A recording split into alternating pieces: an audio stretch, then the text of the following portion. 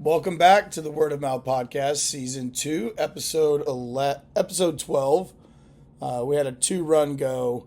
Actually, a couple. I've been busy doing our post-retirement move, getting the family settled in Florida. I've been down in Texas at the Texas A&M Arkansas game, which was amazing. And now I'm sitting here in Waco with my beautiful mom, who is across the table from me, wondering what the hell is her son doing, recording a podcast. She said, just leave her out of it. Say hi, Mom. Hi. That's my wonderful mother, best woman on the planet.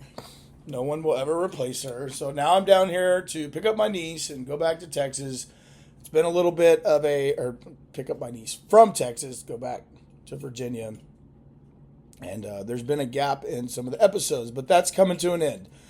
Now with Kendra's help and Zoe's help, I will be able to keep pace, giving you one 10-minute positive dose of something every day to listen to, with the intention of posting those episodes on a timer every day at 4 o'clock so that you can look forward to your 10-minute daily dose of positive energy on your way home. In a world full of bad news stories, we intend to bring you a 10-minute feel-good story every day. And I hope that you look forward to hearing it. I certainly enjoyed hearing Nate's rebuttal. The nuclear reactors combined, Nate. Good analogy, right? You take your nuclear reactor of energy and you put it with my nuclear reactor of energy, and you say, I want to go to this program in the Navy, but I don't know how to swim. The side stroke.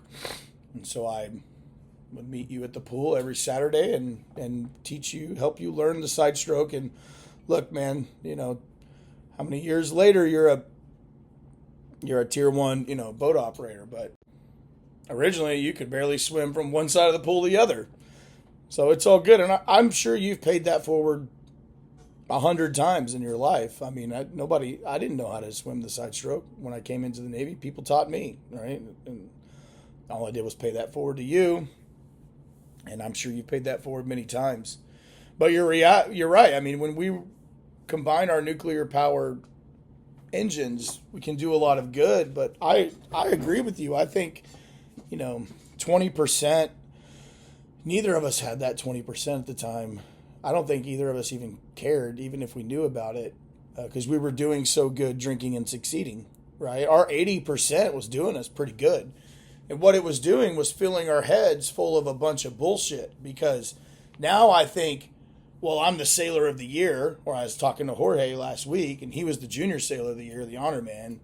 You look at Nate, how fast you advance. I mean, dang, you advanced way faster than me, and I went pretty quick through the ranks.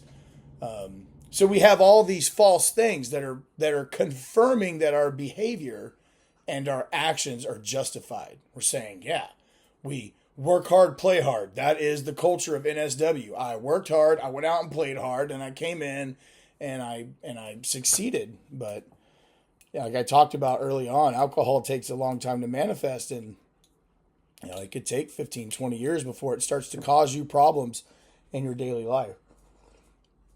But to that point, Nate, you, Jorge, I mean, we were killing it, right? So there was no really need for us to take a look at our drink. It wasn't affecting us at that point like it was 10 years later, at least for me. I love your story about the office manager. It's like what you're looking at is normal people stress. Like we're used to helicopters and guns and boats and waves and just chaos all the time, right? That's just our life. We take that home with us into our home life. We take it into our drinking. We take it into everything that we do. And so when we get into a normal situation with a normal person, we don't know what to do. Like we're so used to things being so high strung that like even sitting in an office, like you said, the dentist office or doctor's office, and the world is very inefficient. Nate and I know that. Like to just sit and watch inefficiencies just boils our blood. It's hard for me to even sit there and observe it. I just want to go over there and help, right? Like here, if you put this here and that there and do this, this process will take no time at all. But like Nate said, this is this is kind of those moments, I call it the quiet, right? He kind of described it where he's got this opportunity of sitting in this quiet waiting room really to do whatever he wants, but he could go crazy and stress himself out about something that's completely out of his control, right? An inefficient office running, a stressed out office manager and a 15-minute wait time. That's a recipe for a guy like me 10 years ago to go absolutely bonkers. That's a recipe for me to get up and walk out of there and claim that they're all incompetent and I'm going to another doctor, right? Because I had to wait 7 minutes, right? Hey, even funnier, when you get out of the military, they were like, yeah, they charge you for medicine and copays. I'm like, what the hell is that? What's a copay? I'm 41 years old. I don't even know what a copay is. I'm like, I've been in the Navy for too long, dude. I've been protected. Yeah, as a veteran, you go into a doctor's office. It's incredibly inefficient. This overstressed office manager. You got to wait 15 minutes and pay a copay. You're like, what? What is this life, man? So no, I thought that was a great story, Nate. And dude, I'm stealing that, man. Marathon with boots. You could not have hit it any better than that. Like, I say that, like, if you're drinking more than 4 drinks on a regular basis, alcohol is robbing you no matter what. It's the boots in your marathon. You just don't realize it because you're moving so fast with the boots that you don't really care, right?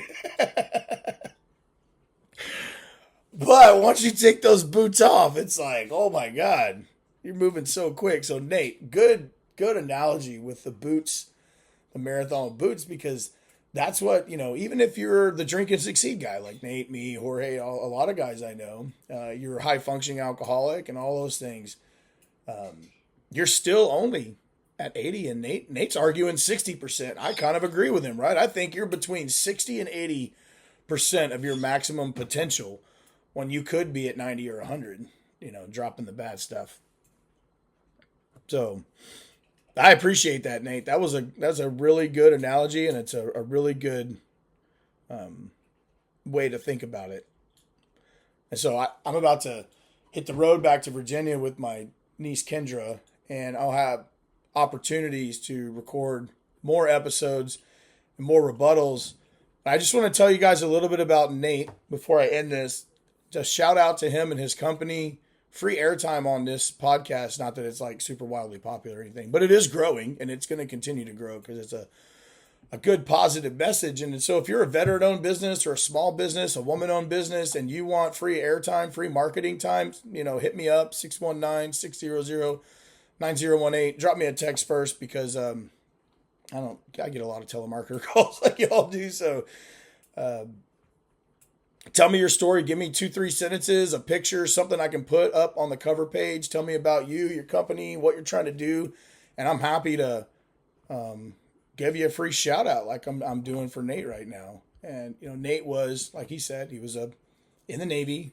He was a tier 1 boat operator at one of the more elite military units. He got out to become an executive coach. Initially, he went to work at J.P. Morgan, and then him and his wife went for this full-blown coaching thing, right? They said they get high on their own supply, right? Because going for it is something that they do too. So it wasn't like Nate just gave me advice that he wasn't willing to take himself. This is advice that he took himself. He did himself, and like he said, he's got a robust Instagram, LinkedIn, and some other things that help his company. But it all started with him being bold and filming a 20-second video and putting it on LinkedIn. And that's why he gave me the advice to go for it. He's a coach. He gives me coaching tips. I say about a coach is not going to rebuild you into a whole new person. A coach is just going to give you critiques and finesse tips. The person that you are, they're going to take where you're at and where you want to be, and they're going to give you critique and finesse tips, rudder corrections to get there. That's what Nate did. I wanted to have a podcast, a story for good, a story of doing less of the bad, more of the good, slowing down, enjoying life, doing some self-care, enjoying the people and places and things around you. And Nate said, record it and send it, dude. Just go for it, man. Go for it, just like I did with my little LinkedIn videos, and see what happens. And that is what a coach does. So if you're out there, if you're a company owner and you're trying to get that extra 1% a coach is definitely will help you get that. And all of Nate's stuff and his wife page, their information, a couple of client testimonies, the link to their website, and a little story about them is in the episode notes. So please go ahead, take a look at that. If you want to get a hold of Nate, drop me a comment, send me a text, and I'm glad to link you up with him. All right. See you soon on the next episode.